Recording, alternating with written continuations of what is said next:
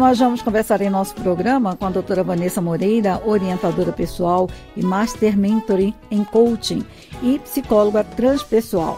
E o assunto, relacionamento abusivo, primeiros sinais, como proceder e se é possível mudar a situação. Tremida, tudo bem? Tudo bom, é um prazer ter a sua participação mais uma vez aqui em nosso programa, viu, doutora?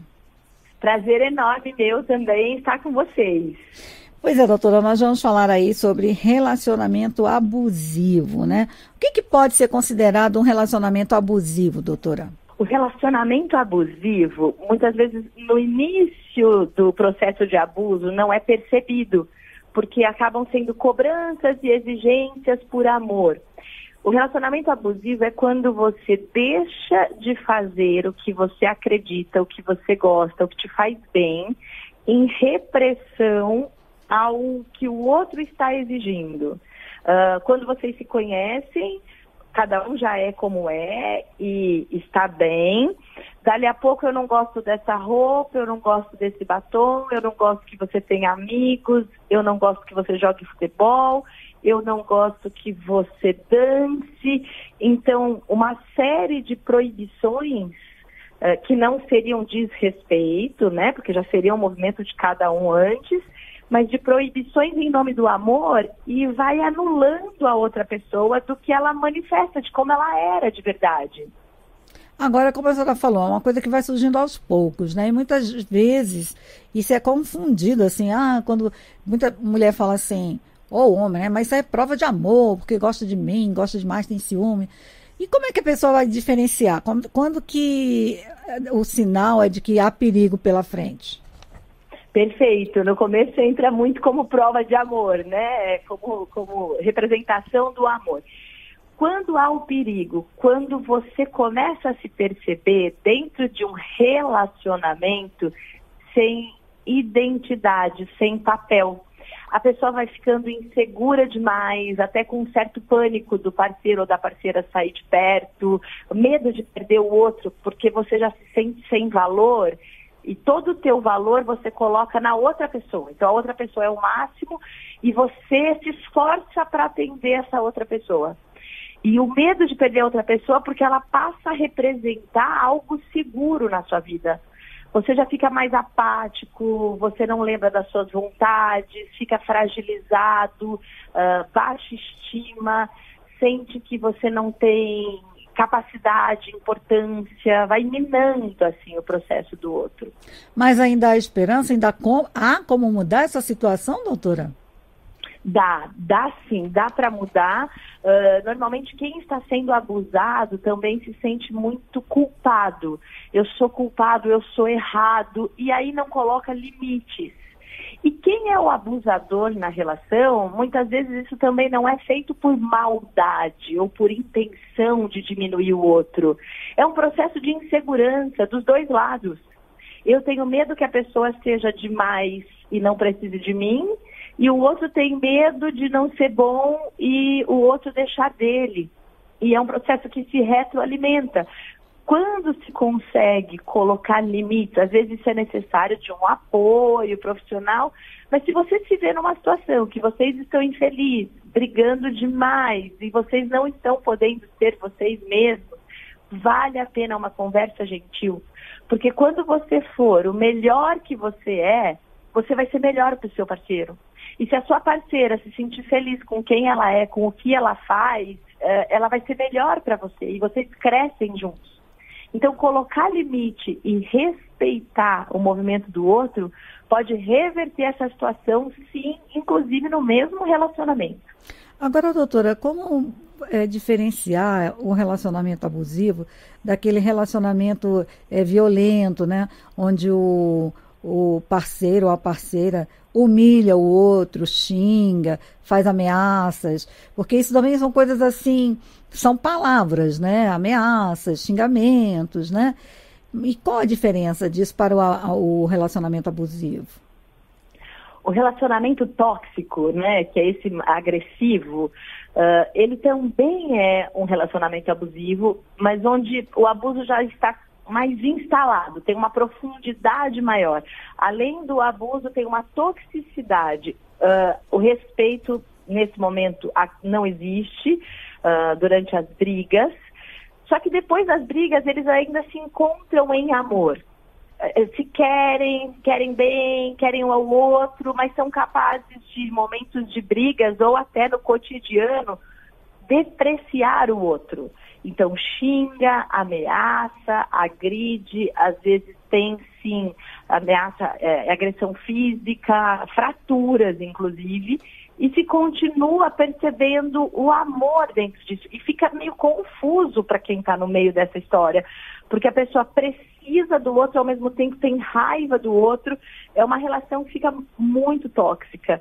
A hora que passa de um ponto que vai para uma agressão física, agressão verbal, se esse casal se ama e quer continuar junto, eles merecem buscar apoio de um profissional para poder entender como não ir até um momento de raiva tão grande a hora que o outro provoca, como se respeitar, como colocar limite para resgatar essa história.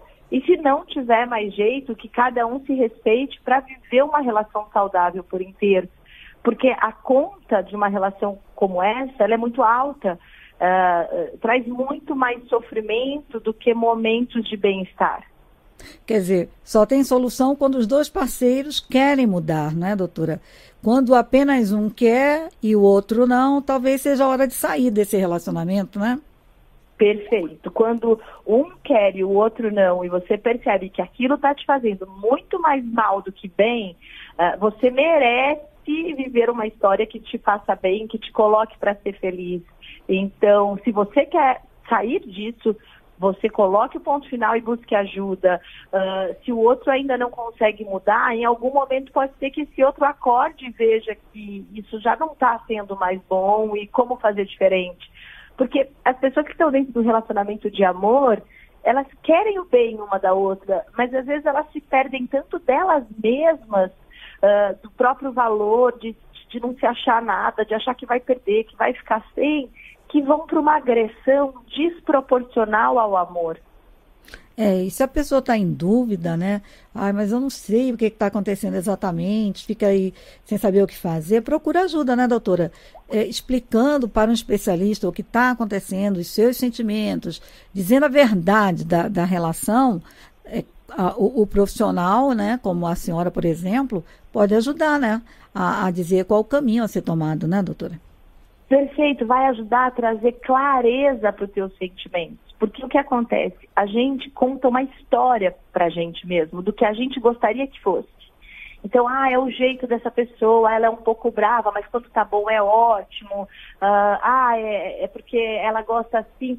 Então, a gente começa a contar histórias para justificar aquilo que não vai bem. Tem uma frase que eu gosto de trazer aqui. Quando você está vivendo algo que você não pode contar para ninguém, que seria absurdo se alguém soubesse, põe uma atenção nisso, alguma coisa está errada nessa história.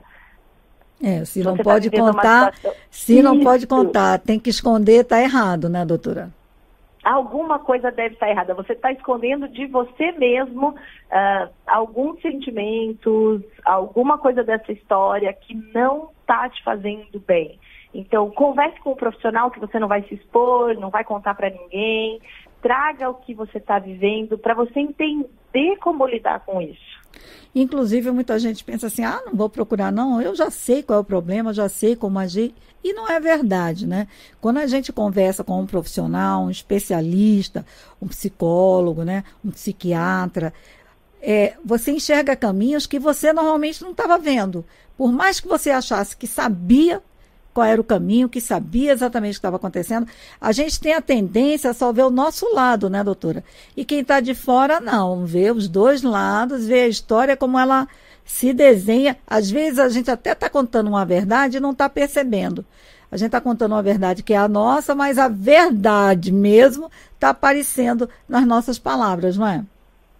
Perfeito, a gente só tem condição de ver do nosso lado, né? Aquilo que a gente enxerga e acaba ficando uma visão um pouco limitada. O profissional vai ajudar a olhar de fora essa história E assim, o que você também está fazendo para contribuir para isso? Porque não adianta a gente só reclamar do outro, pôr a culpa no outro, se nós não fizermos o nosso movimento diferente. Então, às vezes, é um comportamento nosso, é uma maneira que você desdenha do outro sem perceber. Que movimentos que você faz que levam ao gatilho dessa história, desse relacionamento desse jeito? E quando você começa a melhorar, e começa a elogiar, e começa a trazer leveza para a relação vai melhorando. Agora, claro que há muitas vezes, né, em muitos casos, a pessoa não fez nada mesmo, né? Está ali sofrendo sem ter feito absolutamente nada para merecer tudo aquilo. Aí é quando aquele relacionamento mesmo de... Às vezes a pessoa está até vivendo como psicopata e nem está sabendo, ou uma psicopata, né, doutora? Exatamente. E isso acontece bastante, Artemisa. E é importante saber que se você está sofrendo dentro de uma relação, você pode, merece mudar essa história a seu favor. A pessoa vai ficando sem força e vai se sentindo tão culpada do que existe ao lado de fora dela, vai se sentindo tão pequena que ela não consegue entender o porquê que acontece desse jeito, por que ela está inserida nisso, não consegue mudar, não consegue saber o que fazer e põe a confiança dela nesse parceiro ou parceira que está diminuindo ela, né? Diminuindo o valor dela. E aí a gente repete aquilo que a gente estava falando, né? Se não entende, se não sabe que caminho tomar, é hora de procurar ajuda, né, doutora? Perfeito. Nesse momento, procure ajuda. E às vezes a pessoa tem vergonha de procurar ajuda, tem medo do que o parceiro vai pensar. Pense, é a sua vida, você pode ir procurar ajuda, conversar, abrir seu coração. Não precisa, num primeiro momento, partilhar com a outra pessoa. Procure ajuda, depois você tenta trazer o seu parceiro ou a sua parceira também para conversar nessa ajuda, para vocês se relacionarem melhor. Vai dando passos devagarzinho para ir mudando isso, porque é importante que você veja que tem uma saída. Sempre existe uma saída. Doutora Vanessa Moreira, e há casos em que as pessoas, elas tentam, né, buscar ajuda e muitas vezes elas não acreditam que elas são culpadas ou que elas também têm culpa naquela situação e é difícil fazer a pessoa ver isso? Às vezes é difícil, sim, e às vezes até quem está sofrendo dentro do relacionamento a agressão ou o abuso vem de história de família que já viveu situações de sofrimento e abuso dentro de casa, onde estudava, abuso que eu digo até emocional, moral mesmo, né? De se sentir sempre menos. Então tem um hábito construído em ser menos, que essa pessoa não sente que ela pode viver uma história melhor. E quem está abusando e sendo agressivo, muitas vezes não consegue entender que esse relacionamento, que essa atitude não está contribuindo para você viver numa história saudável. Por hábito, isso vira uma normalidade. É assim mesmo. Eu sou assim e é assim mesmo. E não. Hoje a gente tem muita informação disponível na internet, histórias, pessoas conversando. Não é um hábito saudável, não vai te trazer uma história de amor na dor. Claro que as dificuldades do relacionamento acontecem, mas desde que se respeite. A falta de respeito entre os parceiros pode te levar para caminhos de muito sofrimento. Situações, às vezes, extremas, né? E que, se você começa a olhar, observar antes e como sair disso, é uma maneira de transformar a tua história. Agora, doutora, isso tem mudado? As pessoas têm, os parceiros, né? Eles têm procurado mais ajuda atualmente? Felizmente, sim. Percebo um movimento das pessoas procurarem viver melhor, tanto para fazer uma terapia de casal, como cursos. Hoje tem vários treinamentos que transformam, que colocam você para olhar para você, para a vida diferente. tem se trazido, o casal tem buscado conversar com outros casais para saber das dificuldades, ter os encontros de casal.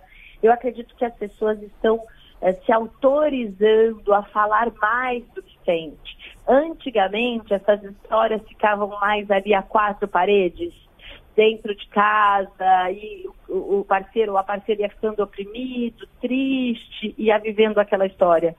Hoje as pessoas conseguem falar um pouco mais do que vivem, e aí sim começa a ver caminhos de como conversar sobre isso, como buscar entender o que está vivendo, porque a gente não nasce sabendo como deve ser a vida, né? A gente aprende a vida vivendo, eu sempre digo isso. Andar se aprende andando, falar se aprende falando. Então, não há culpado, certo ou errado, mas há sim uma necessidade de viver uma história mais saudável.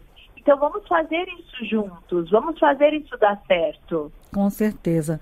Doutora Vanessa, eu quero agradecer muitíssimo a sua participação aqui em nosso programa e com certeza vamos conversar muitas outras vezes, tá certo? Artemisa, muito obrigada, grande abraço, muito especial estar aqui participando.